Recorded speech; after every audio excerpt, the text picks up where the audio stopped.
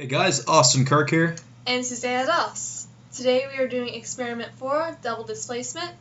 So for our first step, we take two 50 milliliter beakers from the container shelf and place them on the workbench.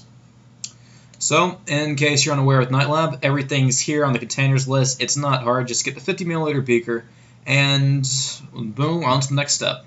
Okay, our next step, we add 15 milliliters of 1 molar sodium hydroxide NaOH solution from the material shelf to one of the beakers.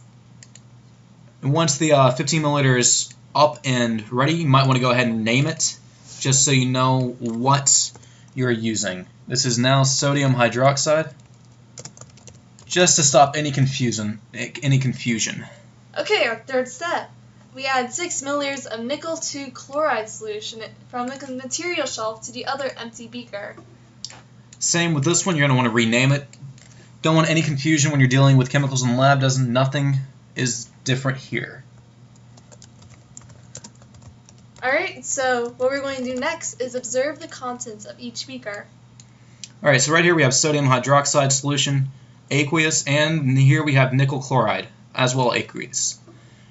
Next we're going to go ahead and pour the entire thing into each other and observe the reaction. Watch, 15 milliliters here, 6 milliliters here, boom.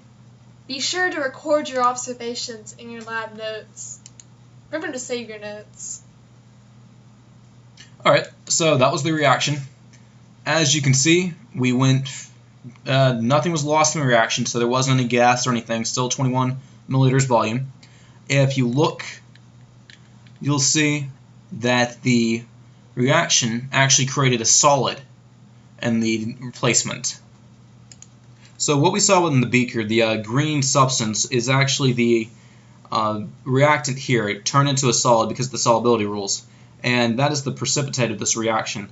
If you see with the double replacement, we just switched the ions out with the during the reaction that took place.